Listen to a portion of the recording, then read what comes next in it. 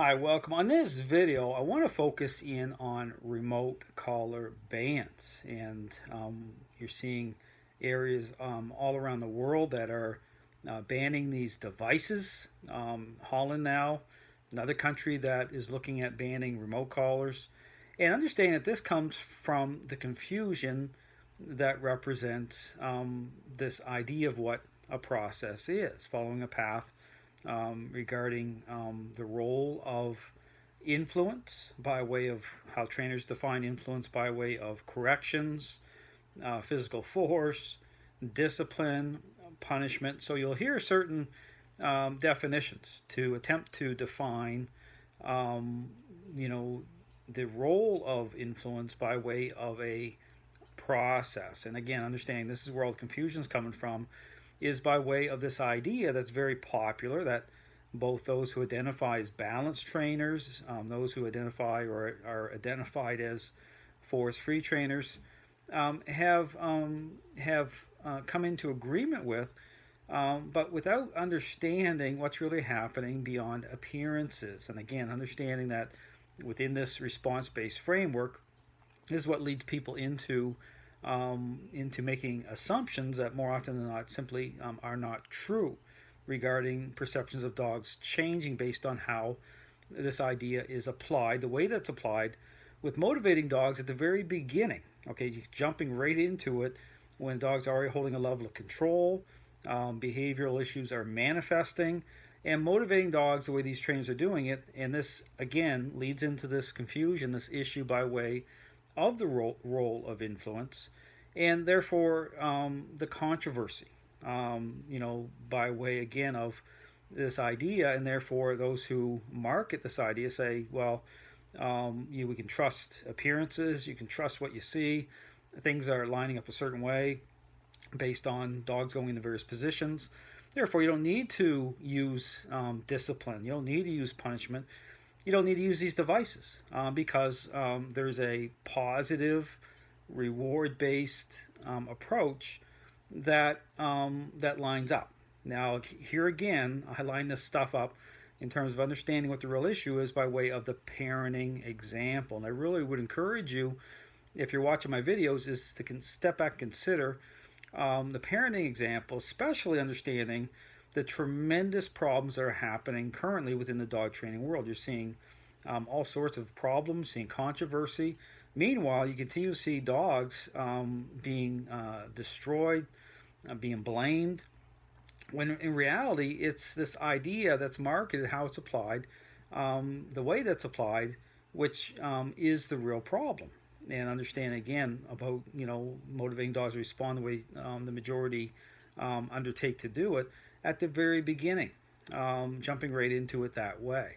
And again, looking at the parenting example, it's no different than by way of again of a dealing with a relationship problem between a parent and a already selfish child. Okay, when you're starting to experience behavioral issues, a child's attitude has really become quite negative, very selfish, and behavior issues are beginning to manifest. And again, if you were to jump into it and begin to again just focus at a response level with using certain motivating agents, such as say an Xbox game is an example I use, to get the child to say make their bed and do certain chores, which at just the appearance-based level represent good acts, good responses. However, okay, the problem is how they're packaged up to try attempt to sell them these responses, but without any depth, without context, without actually connecting dots, without actually putting the picture to the test. The reality is the child, based again on how this idea is applied, their attitude isn't getting better at all. They just want the stuff. Okay, so they're going to do the responses. But again, understand when you transfer this over based on dogs as social animals, how the decision-making process is governed at that level through how they connect with us that way, it follows the exact same path. Understand that this is why, again, there's so much confusion in the dog training world when you see dogs that are going into various positions and trainers who are just giving it a green light, saying you're good to go. It's aligning, perceptions are changing, and the reality, more often than not, couldn't be further from the truth. okay, based again on how this idea is applied.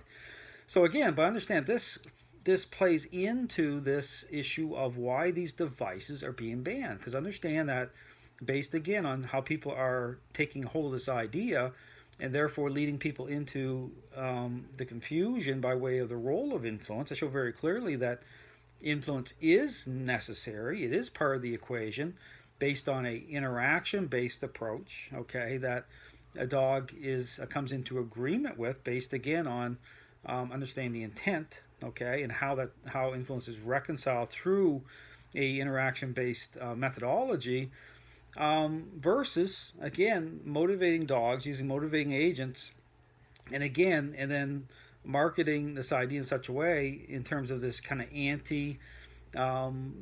force, anti-tool agenda, which again is based on a deception. It's based on appearances. And again, understand the truth will always be there, because what you'll see is that perceptions of dogs are not changing. You'll still be dealing with a whole kind of laundry list of behavioral issues that simply are not going away.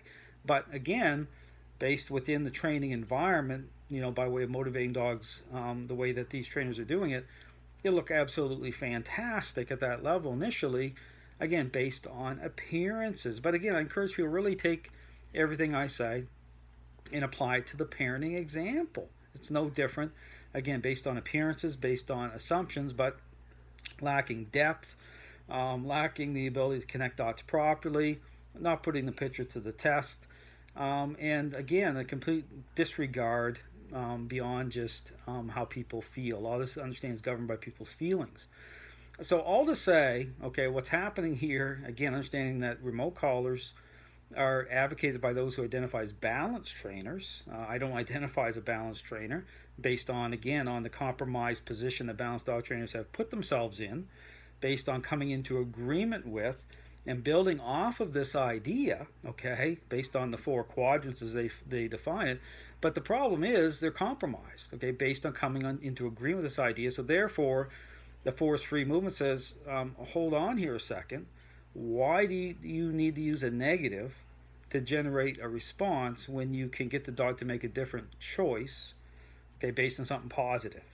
I encourage you to really think about that, okay? Think about what's going on here.